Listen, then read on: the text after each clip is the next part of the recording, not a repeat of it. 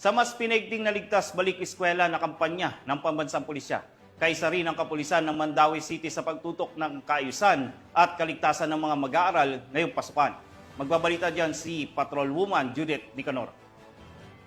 Bilang bahagi ng pagbubukas ng klase para sa school year 2025 to 2026, nagsagawa ng balik-eskwela deployment ang mga tauhan ng Police Station 1 Mandaue City Police Office nitong unang araw ng pasukan, Hunyo 16 taong kasalukuyan. Ang nasabing aktibidad ay pinangunahan ni Police Major Philip John Libres, Officer in Charge ng Police Station 1 MCPO, sa ilalim ng direktang pangangasiwa ni Police Colonel Cirilo Acosta Jr., City Director. Naglagay ng mga police assistance desk sa bawat paaralan sa loob ng kanilang area of responsibility upang magbigay ng agarang tulong at tugon sa mga pangangailangan ng mga estudyante, guro at magulang. Kasabay nito, nakipagtulungan rin ang istasyon sa Traffic Enforcement Agency ng Mandaue sa pagsasaayos ng daloy ng trapiko sa paligid ng mga paaralan upang maiwasan ang aksidente at tiyak ang kaligtasan ng lahat. Layunin ng aktibidad na tiyaking ligtas